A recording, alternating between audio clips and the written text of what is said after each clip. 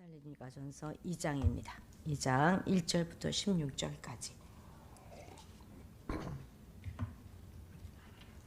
데살로니가전서 2장 1절부터 16절까지 한 절씩 교독하겠습니다.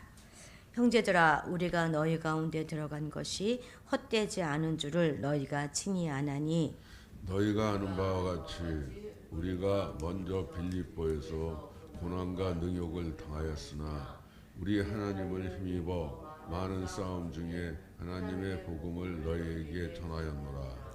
우리의 권면은 간사함이나 부정에서 난 것이 아니요 속임수로 하는 것도 아니라 오직 하나님께 옳게 여기심을 입어 복음을 위탁받았으니 우리가 이와 같이 말함은 사람을 기쁘게 하려 함이 아니요 오직 우리 마음을 감찰하시는 하나님을 기쁘시게 하려 함이라. 너희도 알거니와 우리가 아무 때에도 아첨하는 말이나 탐심의 탈을 쓰지 아니한 것을 하나님이 증언하시느니라. 또한 우리는 너희에게서든지 다른 이에게서든지 사람에게서는 영광을 구하지 아니하였노라. 우리는 그리스도의 사도로서 마땅히 권위를 주장할 수 있으나 도리어 너희 가운데에 유순한 자가 되어 유모가 자기 자녀를 기름과 같이 하였으니 우리가 이같이 너희를 사모하여 하나님의 복음뿐 아니라 우리의 목숨까지도 너희에게 주기를 기뻐함은 너희가 우리의 사랑하는 자 됨이라. 형제들아, 우리의 수고와 애쓴 것을 너희가 기억하리니 너희 아무에게도 폐를 끼치지 아니하려고 밤낮으로 일하면서 너희에게 하나님의 복음을 전하였노라. 우리가 너희 믿는 자들을 향하여 어떻게 거룩하고 옳고 흠없이 행하였는지에 대하여 너희가 증인이요 하나님도 그러하시도다. 너희도 아는 바와 같이 우리가 너희 각 사람에게 아버지가 자기 자녀에게 하듯 권면하고 위로하고 경계하노니, 이는 너희를 부르사 자기 나라와 영광에 이르게 하시는 하나님께 합당히 행하게 하려 함이라. 이러므로 우리가 하나님께 끊임없이 감사함은 너희가 우리에게 들은 바 하나님의 말씀을 받을 때에 사람의 말로 받지 아니하고 하나님의 말씀으로 받음이니 진실로 그러하도다. 이 말씀이 또한 너희 믿는 자 가운데서 역사하느니라. 형제들아, 너희가 그리스도 예수 안에서 유대에 있는 하나님의 교회들을 본받은 자 되었으니 그들이 유대인들에게 고난을 받은 것 같이 너희도 너희 동족에게서 동일한 고난을 받았느니라. 유대인은 주 예수와 선지자들을 죽이고 우리를 쫓아내고 하나님을 기쁘시게 하지 아니하고 모든 사람에게 대적이 되어 우리가 이방인에게 말하여 구원받게 함을 그들이 금하여 자기 죄를 항상 채우매 노하심이 끝까지 그들에게 임하였느니라. 아멘. 어제 읽은 1장이 이 편지의 서론 부분이었다면 이제 이 2장은 편지의 본론 부분에 해당합니다. 바울은 자신과 일행이 빌립보에서 어떻게 데살로니가로 들어갔는가 하는 것을 가장 먼저 설명하고 있습니다. 지도 한번 보시겠는데요.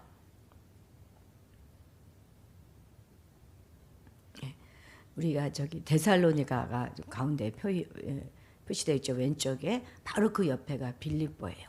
빌립보에 있다가 이제 데살로니가로 들어간 건데 이 빌립보에서의 그 사울의 그 사역은 사도행전 16장에 잘 기록되어져 있습니다.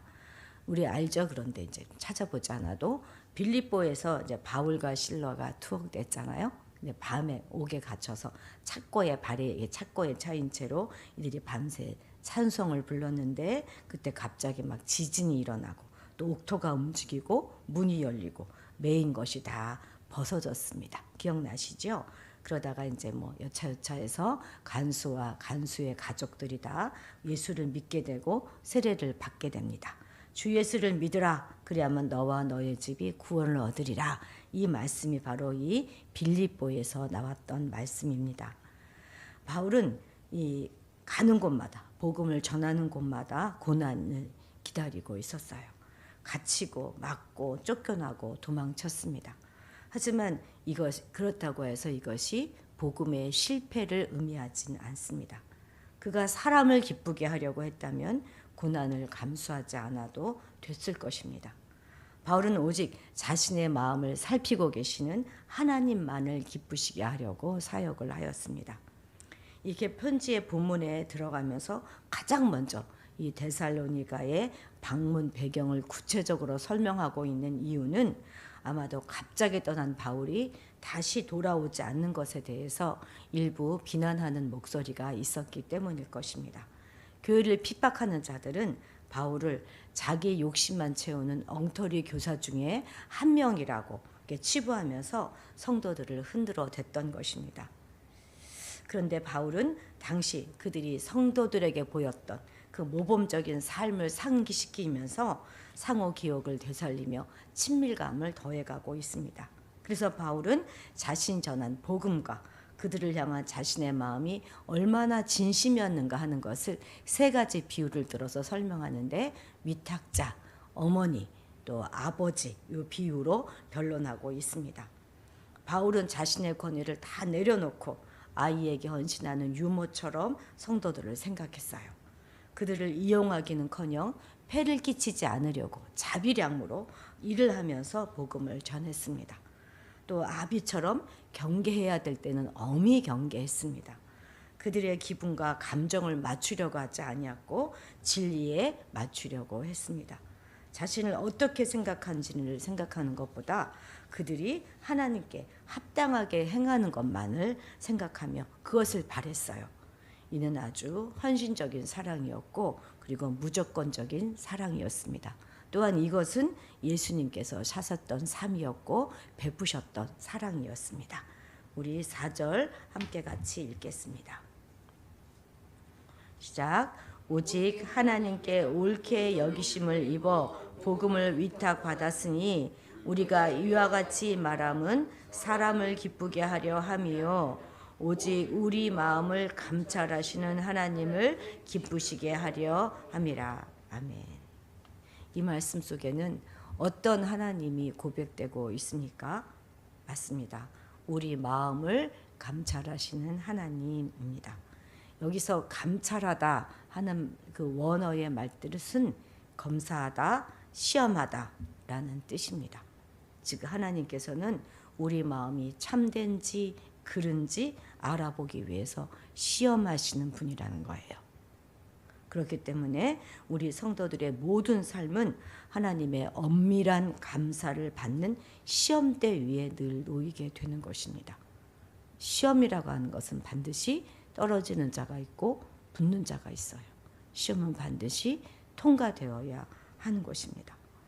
하나님께서는 우리의 옳고 그름을 분별하기 위해서 눈동자와 같이 우리의 생각과 감정과 행실을 지켜보시고 두루 살피고 계십니다.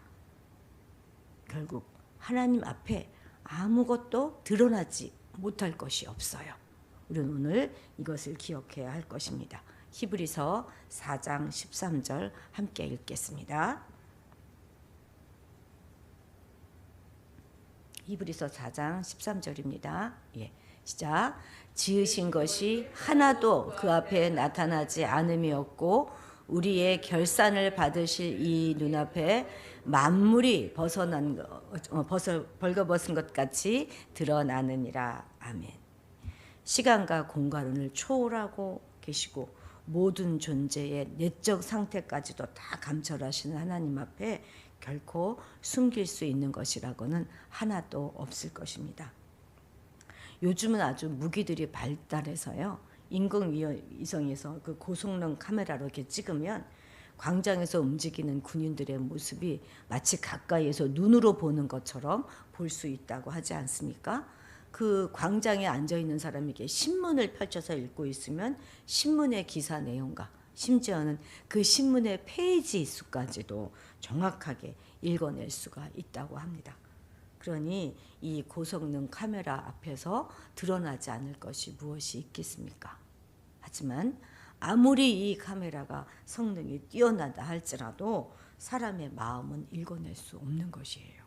그런데 우리의 인간을 지으신 하나님은 우리 마음에 감추인 매우 깊숙이 있는 것까지도 다 아십니다. 어떤 때는 우리조차도 우리 마음을 다 알지 못하나 그것을 하나님은 다 알고 계세요. 제가 노래를 잘 못해서 요즘 노래를 좀 배우고 있어요. 그런데 저는 열심히 합니다. 막 배에다 힘을 주라고 해서 힘딱 주고 열심히 하는데 아주 정확하게 선생님 아세요. 거기에 힘이 안 들어갔다 늘 지적하십니다. 그래서 제가 가끔 웃으면서 그러죠. 아, 제 몸인데 제 몸을 저보다 선생님이 더 잘하세요. 이렇게 말을 합니다.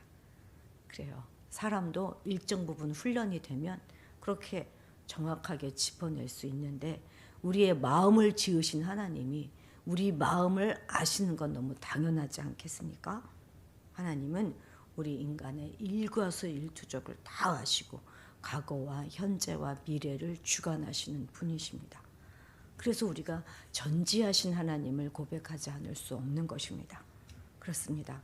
하나님께 드러나지 않을 것은 하나도 없습니다. 하나님께서는 실로 우리 사람의 머리털까지 세신 바 되신 분 아니십니까? 그렇기 때문에 우리는 행여 무엇을 숨기려 한다는 듯이 하나님을 기만하는 생각 이런 것은 추호도 하지 말아야 할 것입니다. 하나님이 가장 싫어하시는 것이 무엇이지요? 두 마음을 품는 거예요. 그런데 그 두 마음을 품은 그것이 전혀 감출 수가 없습니다. 그래서 우리는 날마다 하나님께 나의 패부 깊은 곳을 감찰하여 주시기를 구해야 할 것입니다. 그래서 그때그때 그 드러나는 것들을 회개하고 그러므로 정갈한 믿음의 삶을 살아가야 할 것입니다. 16절도 우리 함께 읽겠습니다. 시작. 우리가 이방인에게 말하여 구원받게 함을 그들이 금하여 자기 죄를 항상 채움에 노하심이 끝까지 그들에게 임하였느니라. 아멘. 여기서 그들은 유대인들을 말하는 것인데요. 유대인들의 죄된 그 행적들이 쌓여서 하나님의 심판 기준에 도달하였고 그로 인해서 하나님의 분노의 심판은 이미 그리고 아주 확실하게 임할 것임을 지적하고 있는 말씀입니다. 여기서 채운다 하는 그 말씀은 끊임없이 범죄함으로 해서 일정 수준에 이르기까지 계속적으로 채워지는 것을 의미합니다. 이것은 악의 세력은 종국에 가서 하나님의 간섭하심으로 반드시 해결될 것과 사함이 없는 그런 죄는 끝까지 계속적으로 쌓이게 될 것이라는 사실을 의미합니다. 결국 하나님의 심판은 죄의 잔이 가득 채워졌을 때 임하게 되는 것입니다. 이것이 바로 하나님의 뜻이고 경륜입니다. 그렇기 때문에 지금은 당장은 그 불의한 자에 대한 심판이 연기되고 있을 뿐입니다. 칼빈은 이렇게 말했어요. 하나님께서 그의 심판을 지연하시는 이유를 이렇게 설명했는데 불의한 자들의 행동이 아직 절정에 달하지 않았기 때문이다 라고 설명했습니다. 따라서 죄의 어떤 한정된 그런 분량이 채워질 때에 하나님의 진노의 심판은 반드시 임하게 될 것입니다.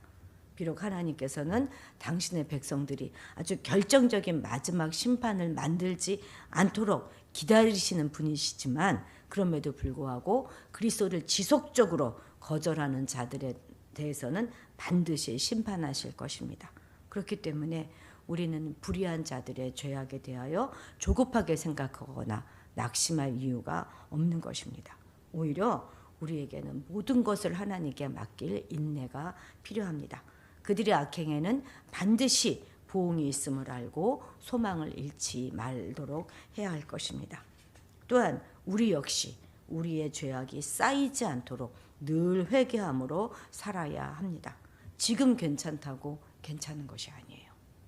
지금 주님은 회개할 시간을 주시는 것입니다. 그래서 우리는 작은 죄라도 그때마다 하나님께 용서함을 구하는 회개를 잊어버려서는 안 될 것입니다.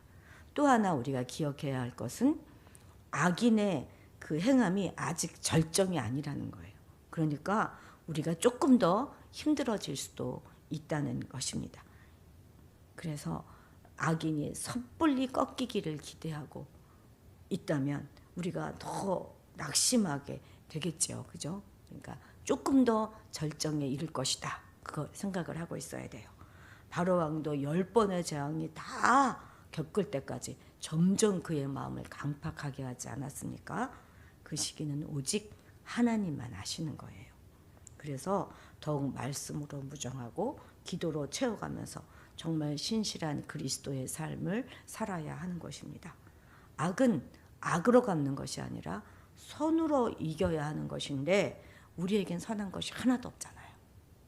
그러니까 악인의 그 절정의 시간을 잘 견뎌내기 위해서 지금부터 그 하나님의 선함으로 이기기 위해서 지금부터 우리가 우리의 체질을 기도하고 말씀 보고 하면서 지금부터 바꾸어 가야지만 승리의 삶을 살 수 있게 될 것입니다.